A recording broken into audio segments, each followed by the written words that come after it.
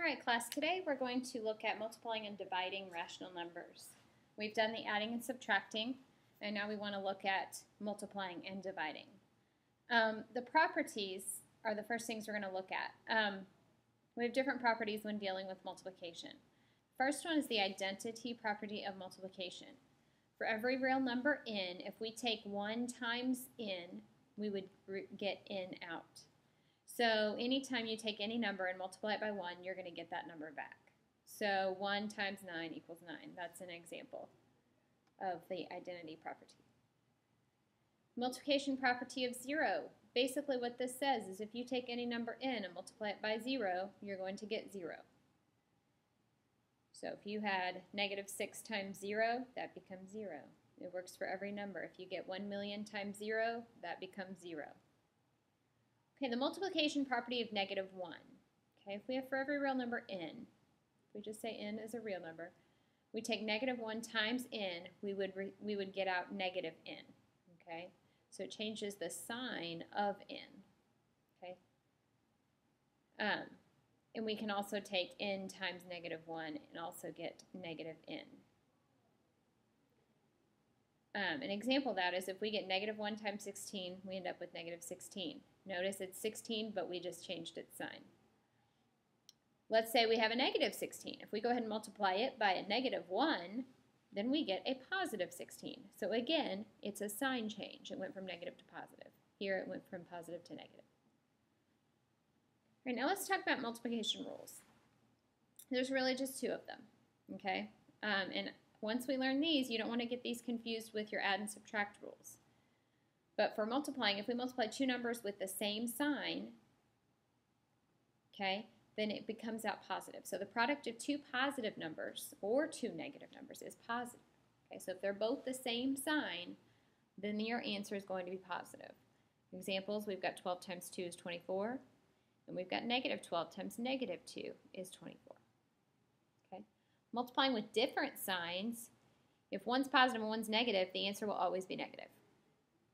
So if you see here, no matter which number is negative, if you only one of them is negative, the answer would be negative. So we've got -7 times 6 is -42. 7 times -6 is -42. All right, let's look at a couple of examples here. Example 1, we have -9 times -4. Okay, because they have the same sign, we know that product is going to be positive.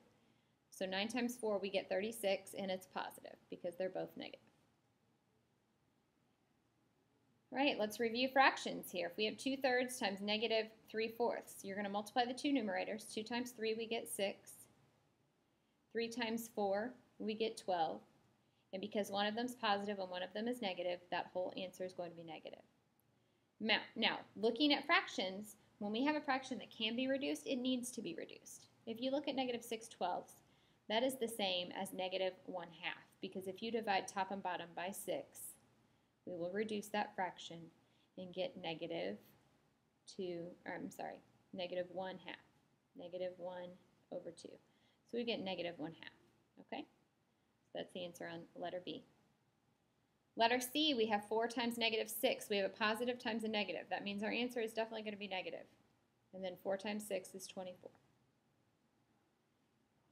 Okay, -10 times -5. Both of them are negative. That means our answer is going to be positive.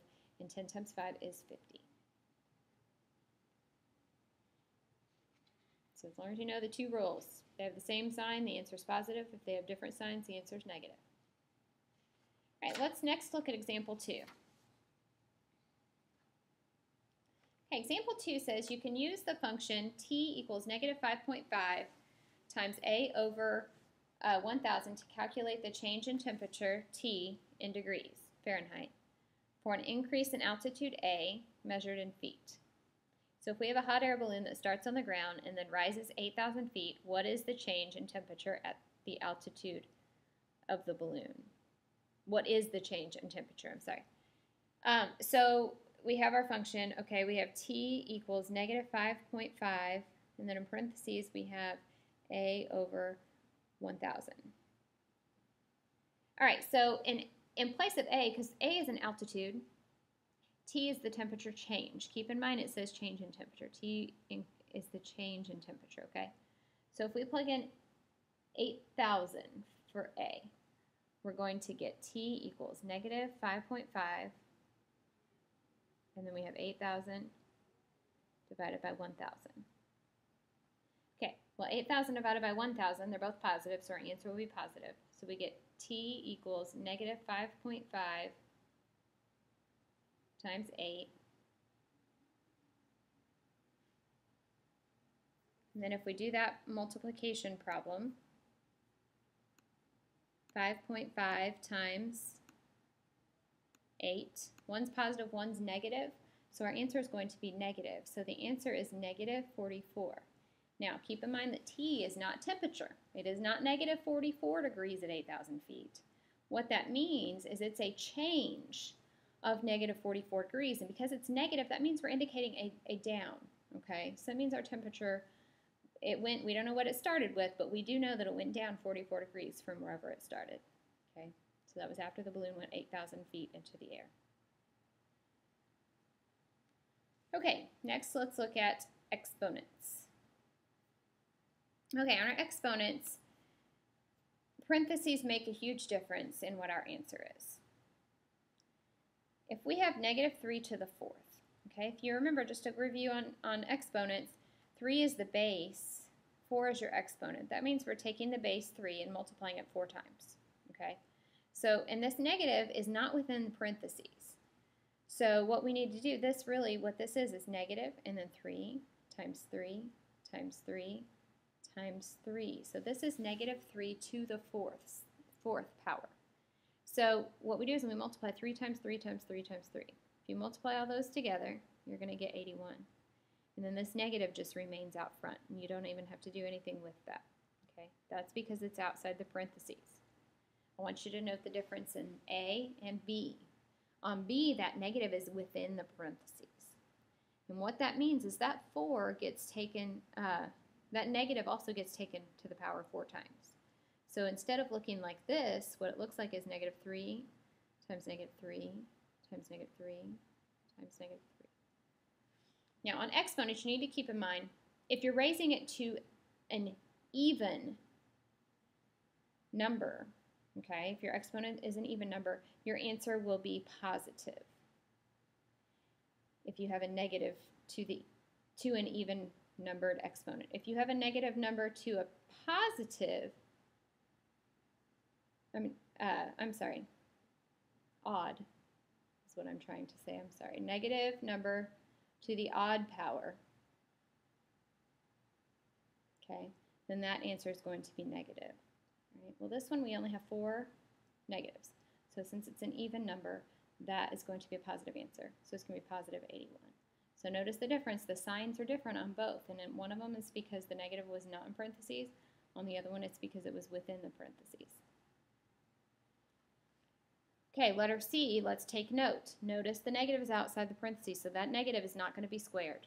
Okay, so there's only going to be one negative. So we have negative, and then we have 3/4 times 3/4, because we're doing that twice. And then again with fractions, this becomes negative. The numerators are 3 times 3, we get 9 over 4 times 4, which is 16. So we get negative 9 over 16.